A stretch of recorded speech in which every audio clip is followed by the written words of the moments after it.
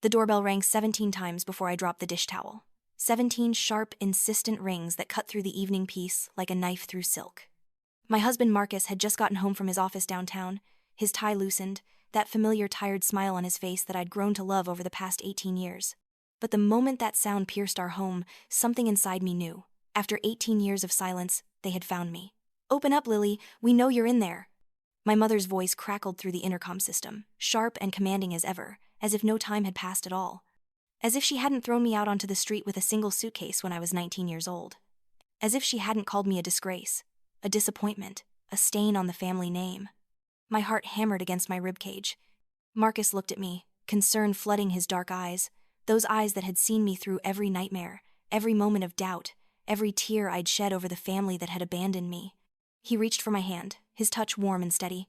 "Is that—" he started, but I nodded before he could finish. Yes, it was them, the Harrisons, my family. The people who had looked me in the eye and told me I was worthless because I'd chosen love over money, because I'd chosen Marcus over their plans for me to marry Jonathan Westfield, heir to a banking fortune.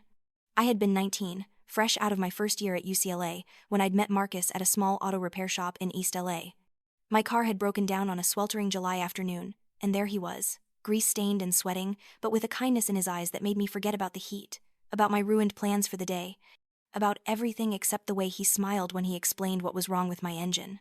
My parents had wanted me to marry into old money, into country clubs and yacht parties and a life mapped out by people who measured worth in stock portfolios and real estate holdings.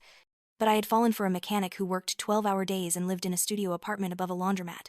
When I'd told them I was in love with Marcus Rivera, a first-generation American whose parents had immigrated from Mexico, whose hands were calloused from honest work, my father had gone silent. That silence was worse than any shouting could have been. My mother had laughed, a bitter, cutting sound that still echoed in my dreams sometimes. My brother Christopher had smirked and said, "You'll come crawling back when you're living in squalor." They'd given me a choice. Forget Marcus, and marry Jonathan, or leave and never come back. I'd chosen Marcus. And they'd made good on their threat, throwing my belongings into garbage bags and literally pushing me out the front door of our Bel Air mansion while neighbors watched. I'd stood there on the circular driveway, surrounded by my hastily packed life, and watched my mother's face as she'd said, "You're not our daughter anymore." That had been 18 years ago. 18 years of building a life from nothing.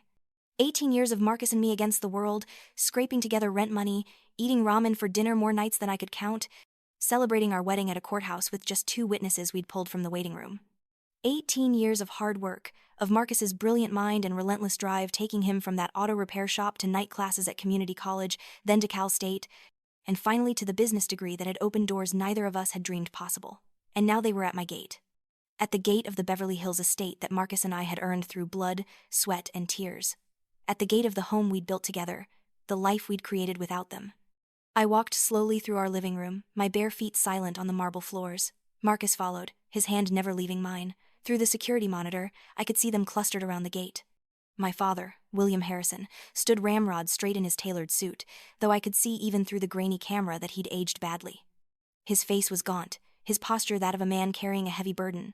My mother, Patricia Harrison, stood with her arms crossed, her designer handbag clutched like a shield. She was still beautiful in that cold, preserved way of women who'd had too much work done, but there were lines around her mouth that spoke of bitterness.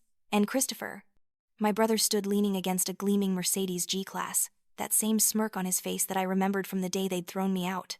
He was on his phone, barely paying attention, as if this was just another inconvenience in his privileged life. I pressed the intercom button, my hand surprisingly steady. "What do you want?"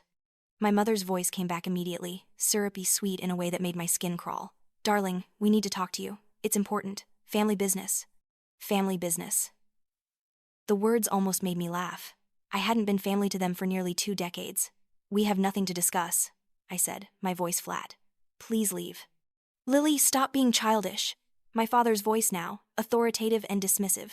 "We need to speak with you, and that man you married. Open the gate." That man you married. Even now, after all these years, they couldn't bring themselves to say his name with respect. Marcus squeezed my hand and leaned toward the intercom. "Mr. Harrison, Mrs. Harrison, this is private property. If you don't leave, I'll have to call security." There was a moment of silence. Then Christopher's laugh came through, sharp and mocking. "Security? That's rich. You still playing pretend, Rivera? What are you now, manager at a Jiffy Lube?" Something inside me snapped. If you'd known... What?" I interrupted. You would have kept me? You would have treated Marcus with respect? You would have been at our wedding, met your grandchildren? I paused, letting that sink in. Yes, Mother, you have 2 grandchildren. Emma is 15. Noah is 12. They don't know you exist because I told them you were dead. It seemed kinder than the truth. My mother gasped, her hand flying to her throat.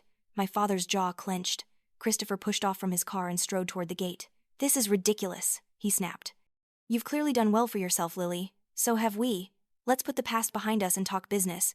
Dad's company is struggling, and we need Rivera Tech's help. We're family. You owe us.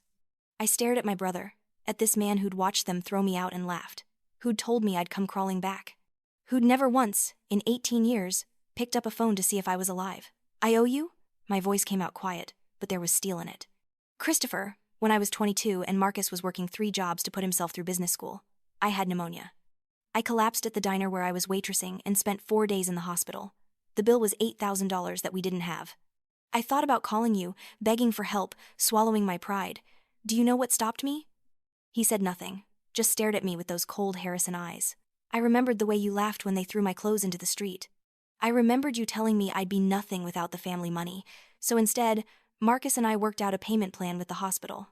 It took us 3 years to pay off that bill, 3 years of eating in silence at night because we were too tired and stressed to talk, and not once did any of you check on me. Not once. Marcus's hand found mine again. We don't need anything from you, he said quietly to my father. Rivera Tech is doing exceptionally well. In fact, we've been looking to acquire some struggling companies in the tech sector, companies that need restructuring, new leadership, fresh capital. The implication hung in the air. My father's company, Harrison Industries, had been floundering for years. I'd kept tabs on them, not out of affection, but out of a need to know that they couldn't hurt me anymore. They'd made poor investment choices, failed to modernize, lost key contracts. They were drowning in debt, their stock price plummeting, and the vultures were circling. You wouldn't, my father said, but there was fear in his voice. Lily, you wouldn't let him destroy our family legacy. Family legacy? The words felt like acid on my tongue. You threw away your family legacy when you threw me away, Father. When you valued your pride and your social standing more than your own daughter. When you chose money over love, status over kindness. My mother stepped forward, tears streaming down her carefully made-up face. But I'd learned to see through her tears years ago. They were weapons, not expressions of real emotion. We made a mistake, she said, her voice breaking. We were wrong. We see that now. But please, Lily, we're still your family. Your father's company is at risk. Hundreds of employees could lose their jobs. Don't punish innocent people because of our mistakes. There it was, the manipulation, the guilt trip, the attempt to make me responsible for the consequences of their own poor decisions. It was such a familiar pattern that I almost wanted to laugh. The employees won't suffer, Marcus said calmly. If Rivera Tech acquires Harrison Industries, we'll keep everyone who wants to stay. We'll actually invest in proper training, modernize their systems, give them the tools they need to succeed. The only people who will lose anything are the current leadership. He looked directly at my father. We'd restructure completely. New board, new management. The Harrison name would remain on the building, but the Harrisons themselves would have no control, no authority, no position within the company. Christopher exploded. You can't do this. That company is our birthright. Our grandfather built it from nothing. And you're running it into the ground, I said quietly. I've been watching your stock prices, Christopher. I've read the quarterly reports. You've been so busy playing the big shot, spending money on cars and clothes and parties, that you forgot to actually learn how to run a business. Father's too proud to adapt to changing markets, and mother's too concerned with maintaining appearances to cut unnecessary expenses. You've been bleeding money for 5 years. How dare you, my father said, his voice shaking with rage. You have no right to judge us. You walked away. You threw me out! My voice rose for the first time, all the calm I'd been maintaining cracking. I didn't walk away. You looked at me, your daughter, and you threw me away like garbage because I fell in love with someone you deemed unworthy. You chose your prejudices over me. You chose your social standing over your own child. And now you have the audacity to come here and demand my help? I took a step closer to the gate, close enough to see the desperation in my mother's eyes, the fury in my father's face, the disbelief in Christopher's expression. Here's what's going to happen, I said, my voice steady again. Marcus's lawyers will contact you tomorrow with an offer for Harrison Industries. It will be fair, probably more than fair given your current situation. You can accept it, or you can try to fight it and watch your company collapse under its debt. Either way, the Harrison family's reign over Harrison Industries is over. This is revenge, my mother said, her tears forgotten now, her face twisted with anger. This is petty revenge because we hurt your feelings 18 years ago. No, Mother, I shook my head. This is business. This is Marcus seeing an opportunity to acquire a company with good bones that's been mismanaged. The fact that it's your company? That's just irony. If you'd treated me with even basic human decency 18 years ago, if you'd said, we disagree with your choice but we love you, if you'd left even the tiniest door open, things might be different. But you didn't. You burned every bridge, salted the earth, and told me I was dead to you. So no, Mother, I don't owe you anything. Not my help, not my sympathy, not my forgiveness. Marcus pulled out his phone and made a brief call. Within minutes, our security team appeared, 2 professional men in dark suits who approached the gate with practiced efficiency. Please see our guests off the property, Marcus said calmly. If they return without an appointment, call the police. My father lunged at the gate, gripping the bars. Lily, you can't do this. We're your family. I looked at him, really looked at him, and felt nothing. No anger, no sadness, just a vast emptiness where love should have been. You stopped being my family the day you threw me out, I said. Marcus is my family. Our children are my family. The life we built together, that's my family. You're just people I used to know. I turned and walked back toward the house, Marcus beside me. Behind us, I could hear my mother calling my name, my father shouting, Christopher cursing. But their voices faded as we climbed the steps to our front door, as we stepped back into the home we'd built, the life we'd created without them. Inside, Marcus wrapped his arms around me. I was shaking, I realized, trembling like a leaf in a storm. 18 years of suppressed pain and anger were flooding through me, and I buried my face in his chest and just breathed. Are you okay? He asked softly. I don't know, I admitted. I thought I'd prepared myself for this moment. I've played it out in my head 1,000 times. But actually seeing them, they looked older, Marcus said, smaller somehow. He was right. The people who had loomed so large in my nightmares, who had held so much power over my younger self, had seemed diminished. My father's expensive suit couldn't hide the stoop in his shoulders. My mother's designer clothes couldn't mask the desperation in her eyes. Christopher's bravado had crumbled the moment he'd realized who Marcus really was. They haven't changed, I said. They're still the same people who valued money and status over love. The only difference is now they need something from us, and they can't understand why we won't just hand it over. Over the next few days, the circus began in earnest. My parents tried everything. They called, emailed, showed up at Marcus's office. They reached out to mutual acquaintances, people from the country club days who I hadn't spoken to in years. They even tried to contact Emma and Noah at their schools, which was when Marcus involved our lawyers and threatened restraining orders. A week after that first confrontation, they appeared at our gate again. This time, my father looked haggard. My mother's makeup couldn't hide the bags under her eyes, and Christopher was notably absent. Through the intercom, my father's voice was hoarse. Lily, please. Just give us 5 minutes. Please. Against my better judgment, I went out to meet them. This time, I didn't open the gate. I stood on my side, they stood on theirs, iron bars between us like a physical manifestation of everything that had gone wrong. We're willing to negotiate, my father said. If Marcus wants to buy the company, fine. But surely there's a way we can retain some control, some position within the organization. It's our legacy, Lily. Your legacy, I said, should have been your children, your family. Instead, you made it about a company, about money, about maintaining an image. And now you're reaping what you sowed. My mother's face crumpled. We were wrong, Lily. We see that now. We should never have made you choose. We should have given Marcus a chance. We were blinded by our own prejudices and our fear of what people would think. Please, isn't there room for forgiveness, for second chances? For a moment, just a moment, I felt something shift inside me. They were my parents. No matter what they'd done, that biological connection existed. I thought of Emma and Noah, of how much I loved them, of how I couldn't imagine ever turning my back on them no matter what choices they made. Could I really deny my parents a second chance? Then I remembered sitting in that hospital bed with pneumonia, alone except for Marcus, wondering if I was going to die without my family knowing. I remembered the miscarriage I'd had at 23, the baby we'd lost, and how I'd sobbed in Marcus's arms wishing my mother was there. I remembered Emma's birth, how I'd looked at my beautiful daughter and felt the absence of my own mother like a physical wound. I remembered every birthday, every Christmas, every milestone that had been tinged with the pain of their abandonment. Second chances are earned, I said finally. They're not just handed out because you suddenly realize you need something from the person you hurt. If you had come to me a year ago, 2 years ago, 5 years ago, if you had reached out when you didn't need anything from me, when you just wanted to know if I was okay, if I was happy, if I was alive, maybe then we could have talked about second chances. But you didn't. You stayed away for 18 years. You only came back when you needed something. That's not seeking forgiveness, Mother. That's opportunism. What do you want from us? My father asked, and there was something broken in his voice. Tell us what you want, and we'll do it. I want you to go back in time and not throw me out, I said. I want you to have loved me enough to see past your prejudices. I want 18 years of memories that we don't have. But since I can't have any of that, I want you to sign the papers Marcus's lawyers will send you and walk away with whatever dignity you have left. My mother reached through the bars, trying to grab my hand. I stepped back, out of reach. Please, Lily, don't do this. Don't punish us forever for one mistake. One mistake? My voice rose. One mistake would have been saying harsh things in the heat of the moment and then calling the next day to apologize. One mistake would have been refusing to come to my wedding but sending a card. One mistake would have been a year of silence before reaching out. 18 years of treating me like I don't exist isn't one mistake, Mother.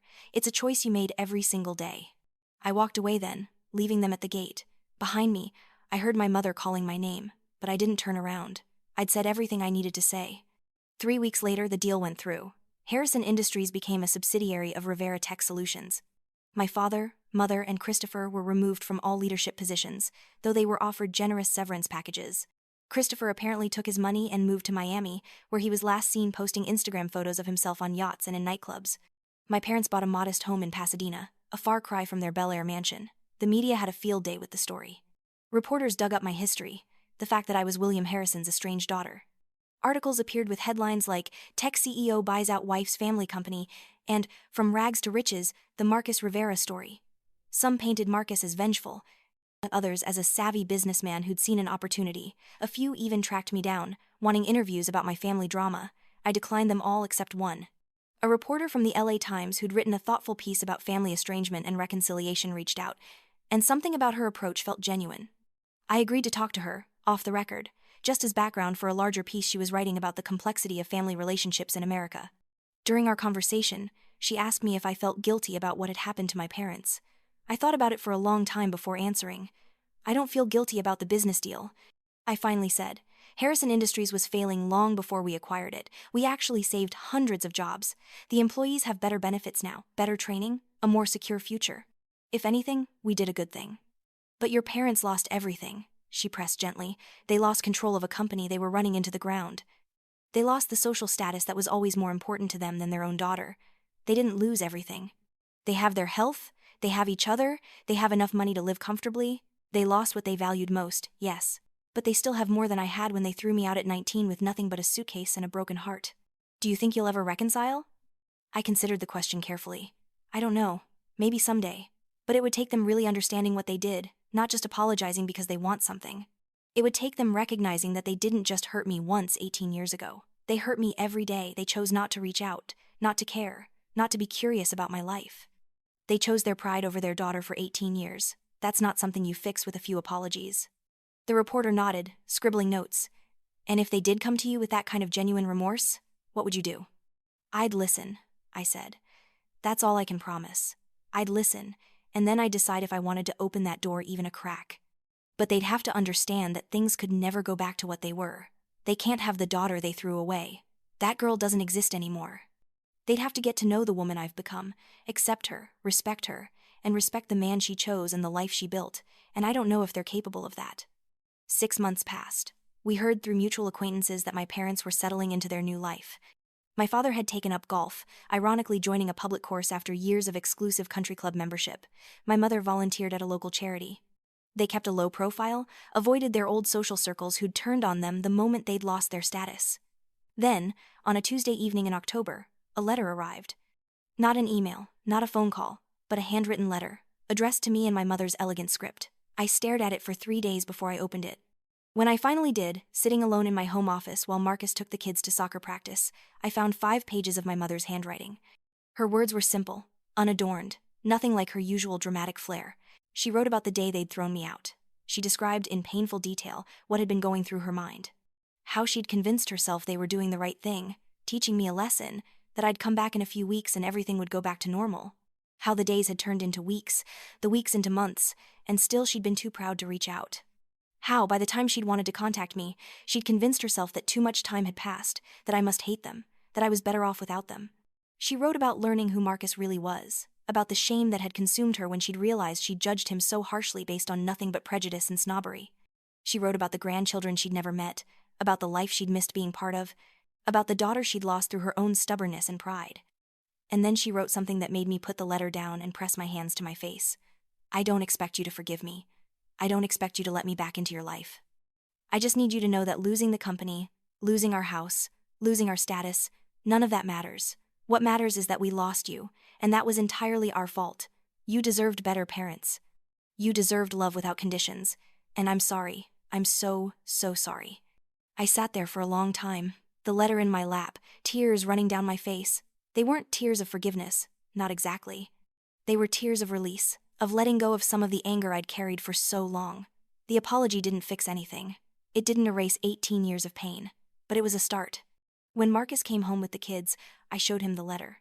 He read it carefully, then looked at me with those kind, understanding eyes that had seen me through everything. What do you want to do? He asked. I don't know, I admitted. Part of me wants to throw it away. Part of me wants to write back. Part of me just wants to sit with it for a while. Then sit with it, he said, pulling me into his arms. There's no rush, no pressure. Whatever you decide, I support you. I decided to write back. It took me 2 weeks to compose the letter, drafting and redrafting, trying to be honest without being cruel, to be open without being naive. I told my mother that I'd received her letter, that I appreciated her honesty. I told her that forgiveness wasn't something I could offer yet, that trust had to be rebuilt slowly and carefully. But I also told her that I was willing to try, to take small steps towards seeing if we could build something new from the ruins of what we'd had. I suggested meeting for coffee, just the two of us, in a neutral location. No pressure, no expectations beyond a conversation between two adults who were trying to navigate complicated feelings. She wrote back immediately, agreeing to whatever I was comfortable with. We met 3 weeks later at a small cafe in Santa Monica, halfway between our respective homes. I arrived early, my heart pounding, Marcus's last words to me echoing in my head. You don't owe her anything. If it's too hard, if she says anything that hurts you, you can leave. I'll be 10 minutes away the whole time. My mother arrived exactly on time, looking nervous in a way I'd never seen her before. She was dressed simply, no designer labels, no obvious jewelry. She looked smaller than I remembered, more human, more vulnerable. We talked for 2 hours. It was awkward, painful, full of long silences and careful words. She didn't make excuses for what they'd done, didn't try to minimize the hurt they'd caused. She asked about my life, about Marcus, about Emma and Noah, and she cried when I showed her pictures of the grandchildren she'd never met. I didn't offer forgiveness. I didn't make promises about the future. But when we parted, I didn't feel the heavy weight of anger I'd carried for so long. Instead, I felt something lighter, something that might have been the beginning of peace. Over the next year, my mother and I met monthly for coffee. The meetings were never easy. We danced around so much pain, so much loss. But gradually, slowly, we began to build something. Not the mother-daughter relationship we'd once had, which was gone forever, but something new. Something based on honesty and earned trust rather than assumed love and obligation. My father reached out eventually too, though our reconciliation was slower, more tentative. He was a proud man struggling to admit how completely he'd been wrong. But he tried, in his stilted, uncomfortable way. He asked Marcus to lunch one day, just the two of them, and came back shaken but somehow lighter. Marcus never told me exactly what they discussed, only that my father had apologized and that it had felt genuine. Christopher never reached out. From what we heard, he'd burned through his severance money within 2 years and was living off various girlfriends in Miami, still convinced that the world owed him something. Some people, I'd learned, never change. Some people are so invested in their own narrative of victimhood that they can't see the role they played in their own downfall. Emma and Noah met their grandparents eventually, though we took it slowly. We explained the situation to them honestly, age-appropriately, letting them understand that family relationships could be complicated, that people could hurt each other badly, and that healing took time.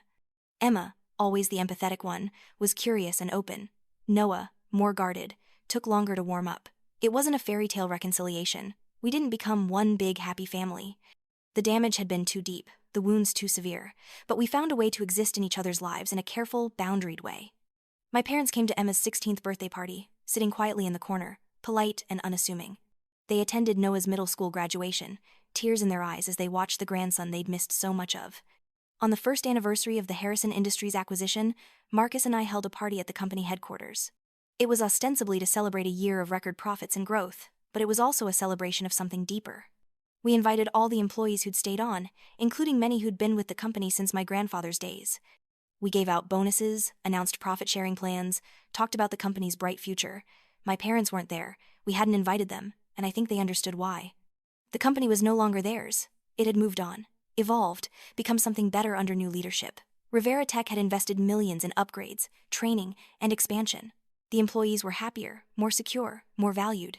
Harrison Industries was thriving in a way it never had under my family's leadership.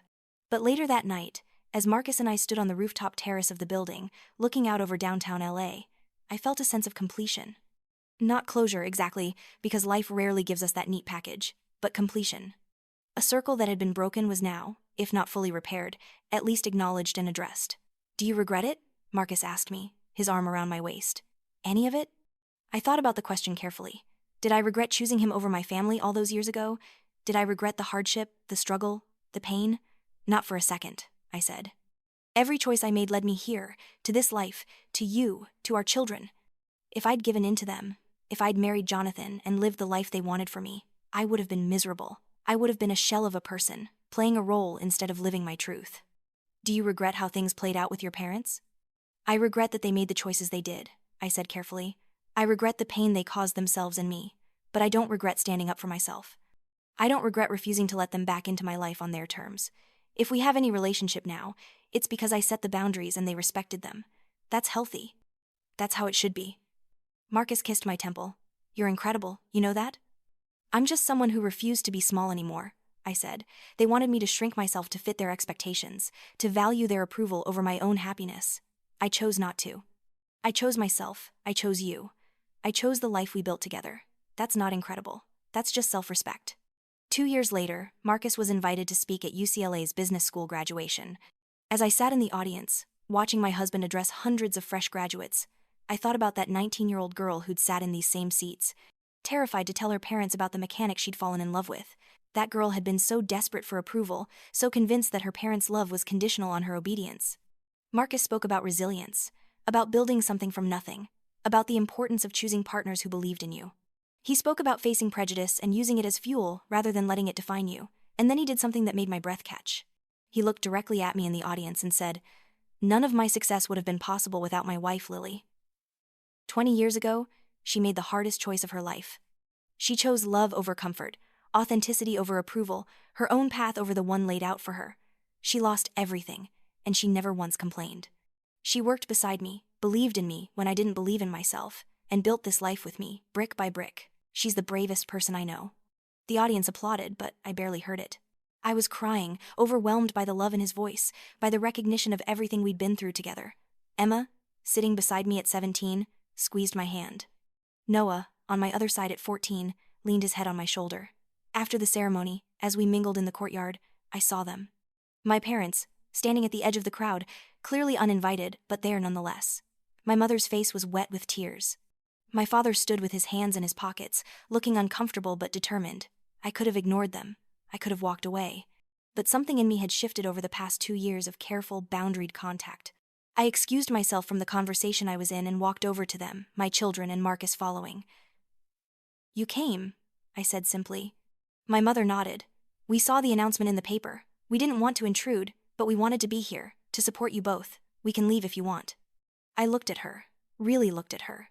She'd aged in these past years, but there was something softer about her now, something more real. The harsh edges of superiority and judgment had worn away, leaving behind a woman who'd learned humility the hard way. "You can stay," I said. Then, taking a breath, I gestured to my children. "Emma, Noah, these are my parents, your grandparents, Patricia and William Harrison." It was the first time I'd fully claimed that relationship in front of others, in public, without hesitation or shame. Emma, always gracious, stepped forward and shook their hands. Noah, more reserved, gave a small nod but stayed close to Marcus. My father cleared his throat, his eyes on Marcus. "That was a powerful speech, son. You've accomplished remarkable things." Marcus met his gaze steadily. "Thank you, sir. Though I should point out that everything I've accomplished was made possible because your daughter had the courage to choose her own path." There was a long moment of silence. Then my father nodded slowly. "I know. I've had a lot of time to think about what we lost. Not the company, not the money, not the status. What we lost was watching our daughter become this incredible woman. We lost seeing our grandchildren grow up. We lost being part of something real and meaningful because we were too busy protecting something hollow and meaningless." It was the most honest I'd ever heard my father be. No excuses, no justifications, just raw acknowledgement of what his pride had cost him.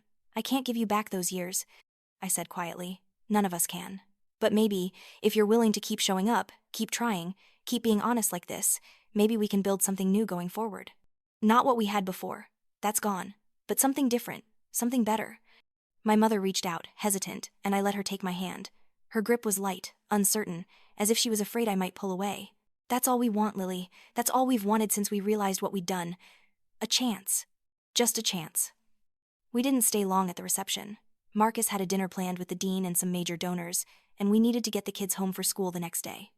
As we were leaving, my mother called out to me, "Lily, would you all like to come for dinner sometime? Nothing fancy, just family dinner at our house. I'd like to cook for you, for all of you." I looked at Marcus, at my children, checking silently if they were comfortable with this. Emma nodded eagerly. Noah shrugged, which was about as much enthusiasm as a 14-year-old boy could muster. Marcus smiled and said, "We'd like that." "Next Sunday?" my mother asked hopefully. "Next Sunday," I confirmed. That dinner was awkward and wonderful and painful and healing all at once. My mother had cooked my favorite meal from childhood, lasagna with homemade garlic bread, and the familiar smell brought back so many memories that I had to excuse myself to the bathroom to cry. My father showed Noah his collection of vintage model trains, something I'd forgotten he had, and Noah's eyes lit up with genuine interest. Emma and my mother talked about art, a shared passion I hadn't known they had. It wasn't perfect. There were moments of tension, silences that stretched too long, references to shared history that my children didn't understand. But it was real. It was honest. It was a beginning. Over the next few years, we slowly, carefully, wove my parents back into the fabric of our lives. It was never seamless. There were arguments, setbacks, moments when old patterns threatened to reassert themselves. But we worked through them. We went to family therapy together, all of us, learning how to communicate, how to set healthy boundaries, how to acknowledge hurt without using it as a weapon. My mother learned to bite her tongue when she disagreed with my parenting choices. My father learned to ask questions instead of giving orders. They both learned that their relationship with me, with their grandchildren, was a privilege they had to earn daily, not a right they could demand. And I learned something too. I learned that forgiveness didn't mean forgetting. It didn't mean pretending the hurt had never happened. It meant acknowledging the full truth of what had occurred, and choosing, despite that truth, to leave space for growth and change. It meant protecting myself and my family while still remaining open to the possibility of healing. Christopher eventually came back to California, broke and humbled after a failed business venture in Miami. He reached out to our parents, looking for money, and was shocked when they said no. They'd learned, finally, that enabling him wasn't helping him. They offered him a place to stay while he got on his feet, but no handouts, no bailouts. He tried reaching out to me too, a rambling email full of half apologies and not-so-subtle requests for financial help. I didn't respond. Some doors, once closed, needed to stay that way. Christopher had watched them throw me out and laughed. He'd mocked my choices, dismissed my husband, and never once showed genuine remorse. My capacity for forgiveness had limits, and he was beyond them. When Emma graduated from high school at the top of her class, heading to Stanford on a full scholarship, both sets of grandparents were there. Marcus's parents, who'd embraced me from day one, who'd welcomed me into their family without hesitation, and my parents, who'd taken 20 years to realize what they'd thrown away. At the graduation party we threw at our home, I watched my mother and Marcus's mother laughing together over something Emma had done as a child. I watched my father and Marcus's father discussing baseball, finding common ground despite their vastly different backgrounds. I watched Emma and Noah moving easily between both families, comfortable and loved. Marcus found me on the terrace, standing alone for a moment, watching the celebration below. "Penny, for your thoughts?" he asked, wrapping his arms around me from behind. "I'm thinking about doors," I said, "about the door my parents slammed in my face 20 years ago. About how that closed door forced me to find new doors, better doors. About how I eventually built my own door, my own home, my own life. And now I'm thinking about the door I finally opened, just a crack, to let them back in. But it's my door, Marcus. I control when it opens, how wide it opens, who gets to come through it. That's the difference. 20 years ago, they had all the power. Now I do. And that changes everything." He kissed my neck softly. "You've become someone extraordinary, you know that? That scared 19-year-old who showed up at my garage with a broken-down car, she had no idea how strong she was. That scared 19-year-old knew exactly what she was doing," I corrected him gently. "She was terrified, but she chose love anyway. She chose authenticity anyway. She chose herself anyway. That's not weakness. That's the strongest thing anyone can do." Below us, my mother called up that they were cutting the cake. Emma was making a speech. We needed to come down. As we walked back into the party, into the warmth and light and love, I thought about the story of my life. It wasn't the story my parents had tried to write for me, the one where I married into old money and became a society wife. It wasn't the tragic story they'd probably imagined when they threw me out, of their daughter failing and crawling back. It was my story. A story of courage and resilience and choosing love over fear. A story of building something beautiful from broken pieces. A story of closed doors and opened windows and eventually, carefully, learning to open some doors again. The last time I saw my parents, 6 months ago, was at Noah's high school graduation. He was heading to MIT in the fall, following his passion for engineering. My father pulled me aside during the celebration. "I need to tell you something," he said, his voice serious. "Your mother and we've been working with our therapist on a project. We've written letters to you, to Marcus, to Emma and Noah. They're not apologies exactly, because we've apologized so many times. They're more like explanations, acknowledgments, recognitions of all the specific moments we missed, all the ways we failed you." He handed me a thick envelope. "You don't have to read them if you don't want to, but we wanted you to have them. We wanted you to know that we see it all now. Every birthday we missed, every milestone we weren't there for, every moment of your life that we threw away because of our own stupidity and pride." I took the envelope, feeling its weight. "Thank you," I said.